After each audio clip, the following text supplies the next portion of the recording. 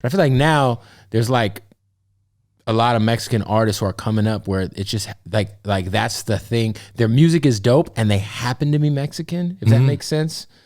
I mean, as opposed to like back in the day, I feel like you would, like you were compartmentalizing to a certain genre of music, right? Like that was the shit that I was fighting for 10 years ago.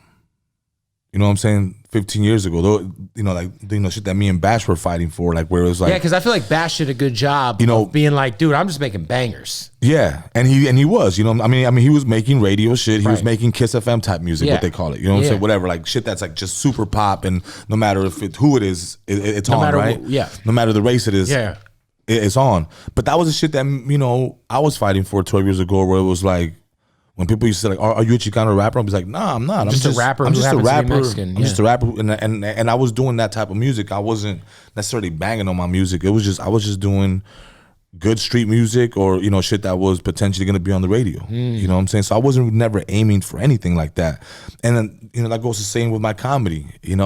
I'm not doing comedy for just Chicanos either. I do cater to it, you know what I'm saying, but I don't just specifically do it for them. I do it for whatever I think is funny. And that was the same thing with music. I wasn't doing this type of music or that type of music. I think what's happening now with with all the artists that are starting to pop, that are essentially Latino descent, which like the Little Pumps and right. you know what I'm saying, like all these dudes, like that's dope, man. Like that's the shit that we wanted to do 12 years ago. And because of the culture changing and because of social media, it's more acceptable to just be another race and be able to get on like that. You know what I'm saying? I don't think Little Pump's the first one, or the Tekashis of the world, or I mean there's plenty of Latinos. The Bad Bunnies are taking over. You know what I'm saying? Like it's that kind of vibe. I think the industry and the world is starting to see that the Latino market is the consumer, and they buy records. Facts. And they follow it.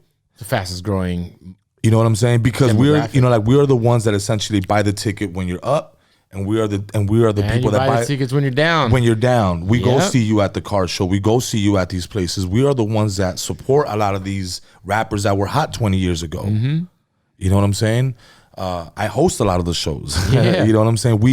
The Latino consumer is the one that buys.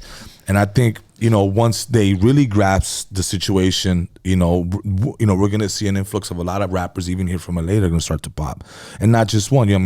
Obviously we got the King Little G's, we got the Drummer Boys, we got, there's a lot of dope artists in LA. There's a lot of dope artists, you know what I'm saying? Ruchi's Mexican. So there's a lot of dope artists that are waiting just to bubble, you know what I'm saying, to get that one record that's going to take them to the next level.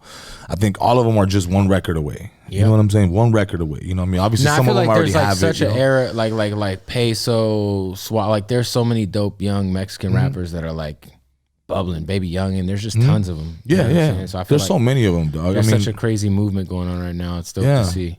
And they're starting to see that, we really support this shit. We buy this shit. And, hopefully it gets bigger than what it is now.